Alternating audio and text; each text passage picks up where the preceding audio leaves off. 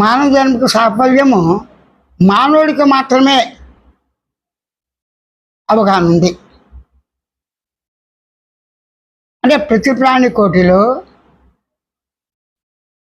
వారి వారి శరీరం ద్వారా శరీర రక్షణ గురించి, శరీర మనుగడ గురించి అనేక విధాలుగా ప్రధానంగా ఆహారం పానీయాలు, ఆకలైతే ఆహారం పానీయం దప్పికైతే కావాలి. ఆ తర్వాత చిన్న వయసు నుంచి పెరుగుతూ వాతావరణంలో వారి దగ్గర పనులు బాటు చేసుకుంటూ వయసు రాగానే తోడు సంసారం, పిల్లగంటం, దేహ పర్యంతం అంటే శరీరం ఉన్నంత వరకు ఆ పని చేస్తూ చనిపోవటమే. ఇది సహజంగా ప్రతి ప్రాణి కోటికి సహజ స్వానుభవమే. ప్రతి ప్రాణి వచ్చి మానవుడి దగ్గరికి వచ్చి, ఏ మానవా, నేను మీలాగే జీవిని, ఆ జీవులో పక్షులు, జంతువులు, రకరకాల చేపలు అన్నీ ఉంటాయి. ఇవన్నీ కేవలం ఏదో శరీరంతో పుడుతున్నాం, మాకు తగిన విధంగా ఆ శరీరం ఉన్నప్పుడు అన్నీ అనుభవిస్తాం, సంతానాన్ని కంటాము, ప్రేమతో మెచ్చేస్తాము, అట్లా చచ్చిపోతాము. ఇది తప్ప ఇంకేమీ లేదు కదా. మా జన్మకి కర్తవ్యం ఏమిటి, మా జన్మకి సాఫల్యం ఏమిటి, మా జన్మ ఏ విధంగా సార్థకం చేసుకోవాలి, మా జన్మకి ధర్మం ఏమిటి అని ఏ జీవైనా నిత్యం మాట్లాడిందా? మాట్లాడలేదుగా. ఏ ప్రాణి మాట్లాడలేదు అని ఎవరు అనుకుంటున్నాడు? మానవుడే అనుకుంటున్నాడు. అంటే మానవుడు అనుకునే భావాలు, జంతువులు అనుకునే భావాలు కొన్ని మాత్రమే. ఆహార నిద్ర మైదినశ అందరికీ తెలిసిందే. బతకడానికి ఆహారం, చిన్న చిన్న కోరికలు, ఆటలు పాటలు వాటి కూడా ఉంటాయి కదా. సరదా ఉంటూ తోడు, సంతానం కట్టడం, ప్రేమించడం, చనిపోవటం, అంతే. చచ్చిపోతే ఏడుస్తాయి. మళ్ళీ జన్మ ఉంది లేదు అనే ప్రసక్తే ఉన్నా లేకపోయినా మనకు అసలు ఇది కూడా చెప్పవు. కారణం ఏంటి? అంత పదార్థమే. పదార్థం ఎలాగుంది? అనేక సంఘటనలతో, ఆలోచనలతో, భావాలతో, తలంపులతో, అనేక ప్రయత్నాలు చేస్తూ, నిద్రాకాల మెరుగులతో, సహజంగా మామూలుగా అనేక సంఘటన ఆలోచనతో, అటువంటి కోరికలతో, భావాలతో, నేను నాది అనే భావంతో, వాటి ఆహారం గురించి పరస్పరం వేటాడుకోవటం, ఆకలి గురించి పరస్పరం తినటం, బతకటం, ఇవన్నీ మామూలే.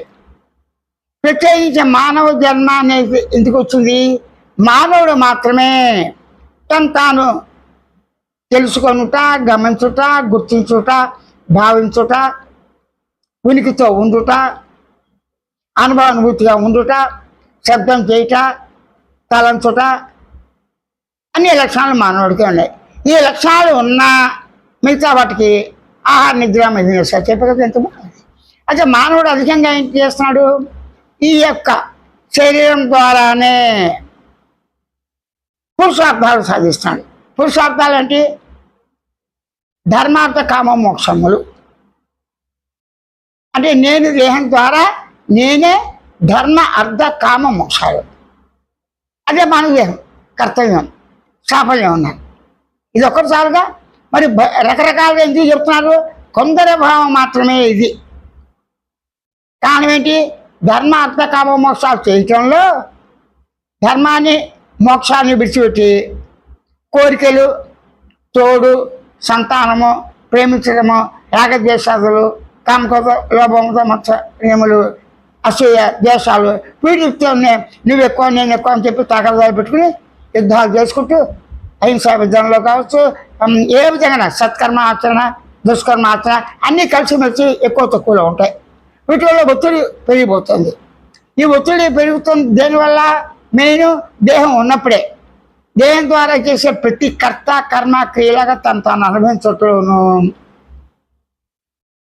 సత్వరజ గుణాలతో త్రిగుణాత్మకంగా ఈ దేహం ఉండు చేతను.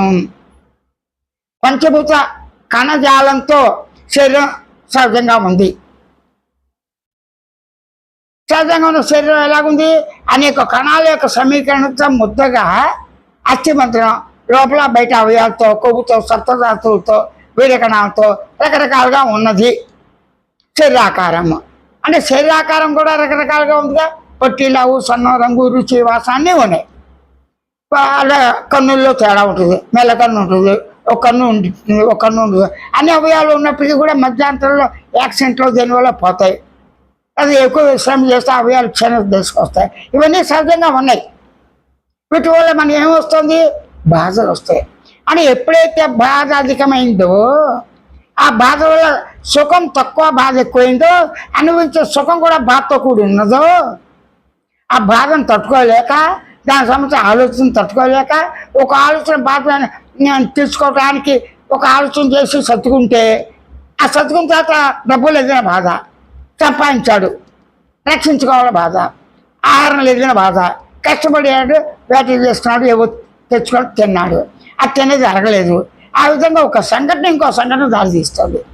ఒక బాధ, ఆ బాధ తగ్గించవచ్చు, తగ్గినా తగ్గకపోయినా ఇంకో రకమైన బాధను కల్పిస్తుంది. అదే ఒక సుఖము సంఘటన ఇంకొక సుఖానికి దారి తీస్తుంది. కానీ మొత్తం మీద సుఖంగా ఉండే పరిస్థితి తక్కువైంది, బాధను తట్టుకోలేని పరిస్థితి ఎక్కువైంది. అన్నిటికన్నా ముఖ్యం మృత్యువు.